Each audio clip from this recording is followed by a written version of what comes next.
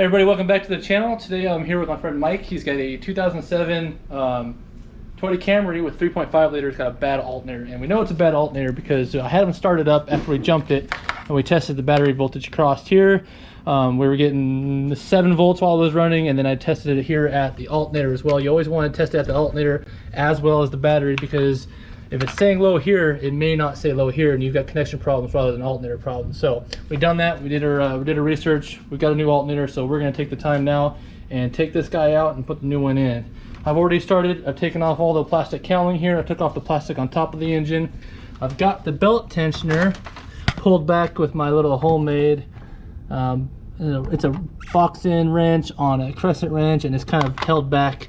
It's hard to see down there, but you got a tensioner pulley down there. You got to get on the bolt of the tensioner pulley and push it back, and I'm kind of using the engine itself to hold the wrench back in place. That way we can pull the belt off the alternator. So once we get that belt off there, I can unbolt all this stuff here and then unmount the alternator from the engine and hopefully be able to pull this thing out of here. Now, there are a few things in the way. I may have to remove the fan shroud to get the fan out of the way and that sort of thing, but for now we're just going to start with that.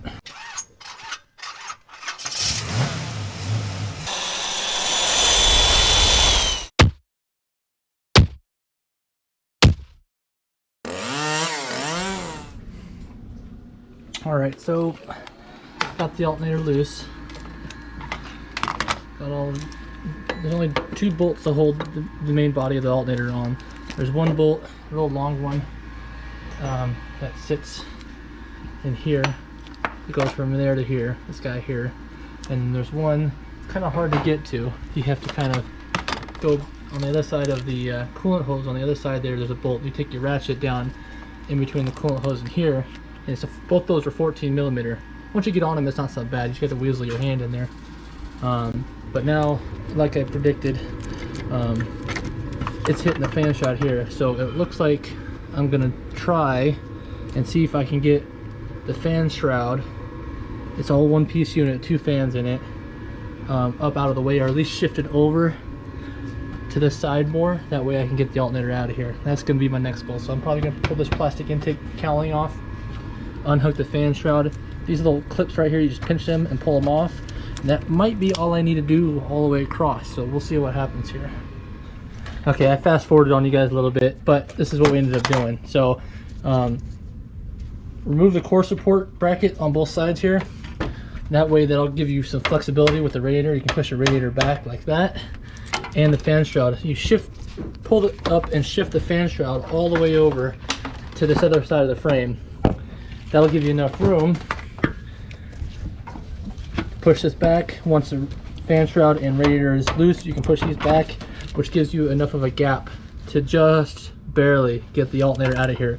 I used Mike's help to push this back here. While he held that back, I pulled the alternator out. I would be very cautious.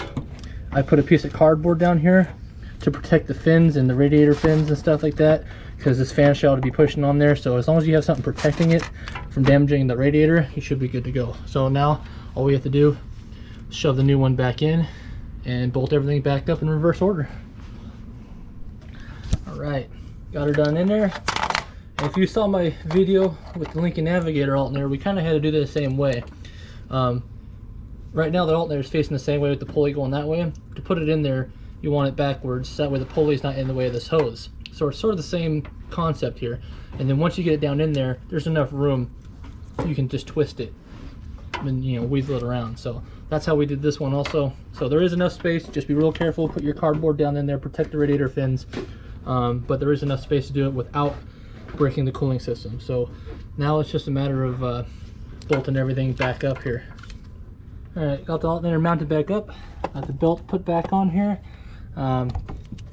It helps to maybe draw a diagram of how the belt's routed. I was pretty fortunate that the belt didn't go very far. It came a little bit off the air compressor pulley down there, but it wasn't too bad. So got the tensioner back on here. Only thing left to do on the alternator itself now is hook up the wires. Make sure you guys get the plug back in here, like so. Click. I'm gonna have to re-bolt that harness there. Bolt back up. Oh, my light keeps falling down. bolt the main power to there, and anything else. Getting closer to testing this thing. All right, one thing I forgot to mention is that I unbolted the dipstick, the engine oil dipstick, from this bracket here to move it out of the way. So just be careful when you're putting this back on. You make sure that down there, you can't see it in the camera, but make sure you're down there that it's in the slot, because the only thing keeping it from being pulled up out of there is this bracket. So double check it's in there, then don't forget to bolt this bracket back down. All right, well, it's mostly back together. Got the air ducting back on here. One thing also, the bottom, the lower air ducting, there's it kind of goes in funny. It kind of goes up underneath where the starter's at and then up. Just play around with it a little bit. And there's also, see, I don't know if you can see that white about right there, the air ducting. There's an elbow that goes in there, so make sure that it's in both slots, and they bolt down on top of the core support for the radiator. But yeah, everything's back together, all the wires are hooked back up. I am going to push this thing back over there against my car, jump start it, and double check and make sure the alternator is charging before putting the rest of the plastic back on. All right, just got it jumped off of my car. Let's see where we're at here.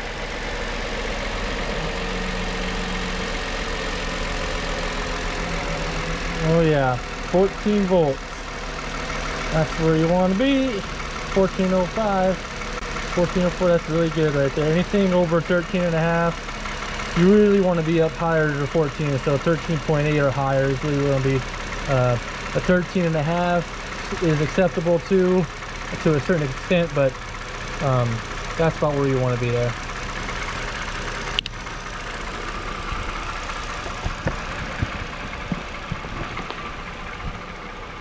Alright guys, that's going to do it. That's an alternator replacement for a 2007 Toyota Camry with a V6, without draining the coolant and without doing the radiator fans coming out. So hope that helped you guys, and if you like what I do on the channel, please consider subscribing and hit that like button. Alright guys, we'll see you in the next one.